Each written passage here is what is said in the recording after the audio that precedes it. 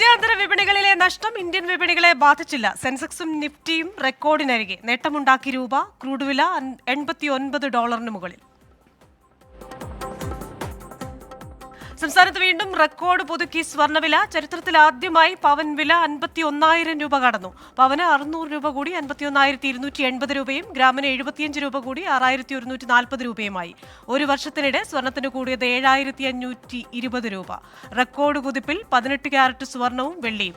വെള്ളിവില ഗ്രാമിന് 2 രൂപ കൂടി 84 രൂപയായി. രാജ്യത്തെ ജിയോ മൊബൈൽ ഉപയോക്താക്കളുടെ എണ്ണം 46.39 കോടിയായി. ജനുവരിയിൽ 41.8 ലക്ഷം പുതിയ വരിക്കാരുമായി റിലയൻസ് ജിയോ 1-ാം സ്ഥാനത്തും ഭാരതി എയർടെൽ 2-ാം സ്ഥാനത്തും.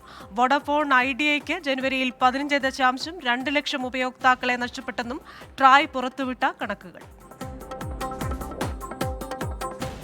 വിമാനം റദ്ദാക്കൽ വിവാദങ്ങൾക്കിടെ പൈലറ്റുമാരുമായി കൂടിക്കാഴ്ച നടത്തിയ വിസ്താര എയർലൈൻ സിഇഒ. കൂടിക്കാഴ്ച പൈലറ്റുമാരുടെ കൂട്ട ഫ്ലൈറ്റ് റദ്ദാക്കൽ ഉണ്ടാക്കുന്നുവെന്ന വാർത്തകൾക്ക് പിന്നാലെ കഴിഞ്ഞ 2 ദിവസമുണ്ടായത് നിരവധി ഫ്ലൈറ്റ് റദ്ദാക്കലുകളും കാലതാമസവും.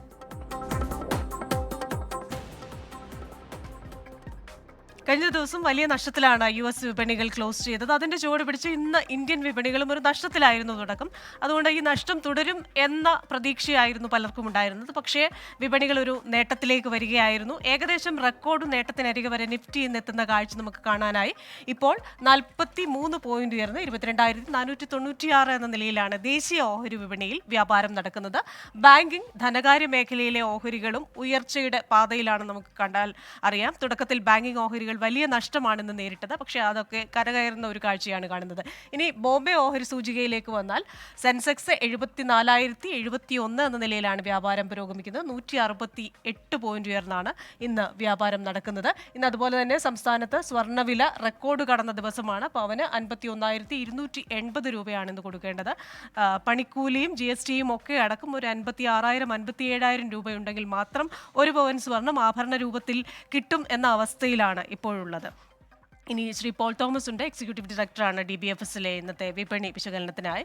Good afternoon Shri Paul Thomas. എന്തായാലും വിപണികൾ ഒരു റെക്കോർഡിനരികെ എത്തിയിരിക്കുകയാണ്. ദേശീയ ഓഹരി വിപണി ഏകദേശം ഒരു റെക്കോർഡ്, ഒരു 40 പോയിന്റൊക്കെ അടുത്ത് നിൽക്കുന്ന ഒരു കാഴ്ച നമ്മൾ കണ്ടു. ഒരു ട്രെൻഡ് എങ്ങനെയാണ്? ഇന്ന് മാർക്കറ്റ് ഒരു ഗ്യാപ് ഡൗണിൽ ഓപ്പൺ ചെയ്തു. ഇതിന് ശേഷം മാർക്കറ്റ് 22,350 ലെവലിൽ സപ്പോർട്ട് എടുത്ത് തിരിച്ച് കയറി ഓൾ ടൈം ഹൈയുടെ ലെവലിലേക്ക്, അതായത് 22,521 ലെവലിലേക്ക് വന്നു. ഇത് 4ാമത്തെ പ്രാവശ്യമാണ് 22,520 530 ഇടയിലുള്ള ഒരു ലെവലിലേക്ക് വരുന്നത്. പക്ഷെ ആ ലെവൽ കട്ട് ചെയ്ത് മുന്നോട്ട് പോകാൻ നിഫ്റ്റിക്ക് ഇല്ല. ഇന്നും ആ ലെവലിൽ ടെസ്റ്റ് ചെയ്തു എന്ന് വേണം മനസ്സിലാക്കാൻ. ലെവൽ കട്ട് ചെയ്യുകയാണെങ്കിൽ ഒരു 10 പോയിന്റ് വരെ 22,600 ലെവൽ വരെയൊക്കെ ഈസി ആയിട്ടും നിഫ്റ്റിക്ക് കടക്കാൻ സാധിക്കും. പക്ഷേ ഇന്നും അത് കടക്കുമെന്ന് തോന്നുന്നില്ല ഇപ്പോഴത്തെ മാർക്കറ്റ് ട്രെൻഡ് അനുസരിച്ച്. എന്നിരുന്നാലും മാർക്കറ്റ് ഞാൻ കഴിഞ്ഞ ദിവസം പറഞ്ഞ മാതിരി ഇതിനുള്ളിലുള്ള ഒരു മൂവ്മെന്റ് ആണ് ദിവസങ്ങളിൽ പ്രതീക്ഷിക്കുന്നത്. ശരി, എന്തായാലും വിപണി ഒരു ചാഞ്ചാട്ടത്തിലാണ്. ഇന്ന് വിപണികൾ റെക്കോർഡ് കടക്കുമോ എന്നത് ക്ലോസിംഗിന് മുമ്പ് നമുക്ക് നോക്കിക്കാണേണ്ടിയിരിക്കുന്നു. ശ്രീ പോൾ തോമസ് ആണ് വിപണി വിശകലനവുമായി കൂടിയത്. മാർക്കറ്റ് വ്യൂ പൂർണ്ണമാവുകയാണ്. ഇനി ഒരു ഇടവേളയാണ്. ഇടവേളയ്ക്ക് ശേഷം ഗുഡ് ആഫ്റ്റർനൂൺ.